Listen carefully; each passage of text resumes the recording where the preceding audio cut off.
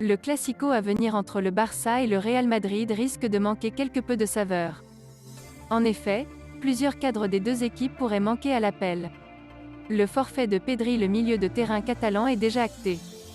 De son côté, le Real Madrid devra se passer de plusieurs joueurs. Tout d'abord, comme le confirme le journaliste Sergio Quiran, Luka Jovic et Isco seront absents. Des absences moindres pour Carlo Ancelotti, alors que les deux joueurs ne font pas partie de son 11 de départ habituel. En revanche, Eden Hazard et Dani Carvajal sont toujours incertains. Cet été, Ronald Koeman souhaitait miser sur une plus grande colonie néerlandaise pour relancer le FC Barcelone. Ainsi, Memphis Depay est arrivé à la fin de son contrat avec l'Olympique lyonnais, mais Koeman aurait bien aimé accueillir aussi Georginio Wijnaldum. Ce dernier a toutefois décidé de snober son ancien sélectionneur, pour finalement s'engager en faveur du Paris Saint-Germain. Ainsi, Koeman pourrait se tourner vers un autre joueur des Oranges, puisque Donny van de Beek ne traverse pas vraiment la meilleure période de sa carrière à Manchester United. D'après les informations de Fabrizio Romano, une fenêtre de tir pourrait se préciser pour le FC Barcelone.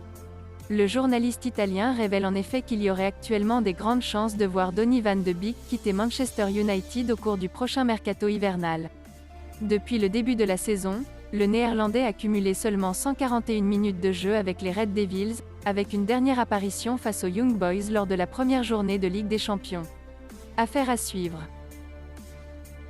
Youri Tillmans a un profil qui plaît beaucoup à Jürgen Klopp.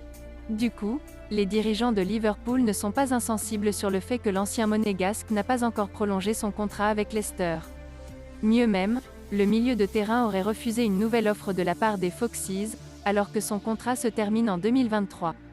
Et ces derniers ne veulent pas laisser leur joueur entrer dans sa dernière année de contrat. Liverpool pourrait profiter du flou persistant sur l'avenir du joueur pour relancer le dossier d'ici le mercato hivernal 2022. Outre Liverpool, Manchester United, Manchester City, Chelsea et Tottenham seraient également sur la piste. Affaire à suivre.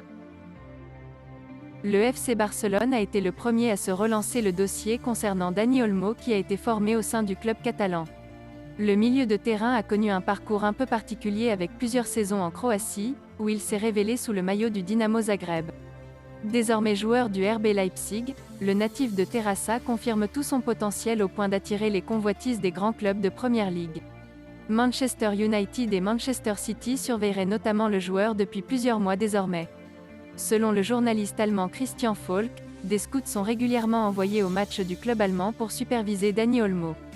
Âgé de 23 ans, l'international espagnol est sous contrat jusqu'en juin 2024 avec le club allemand, et sa valeur est estimée à 50 millions d'euros.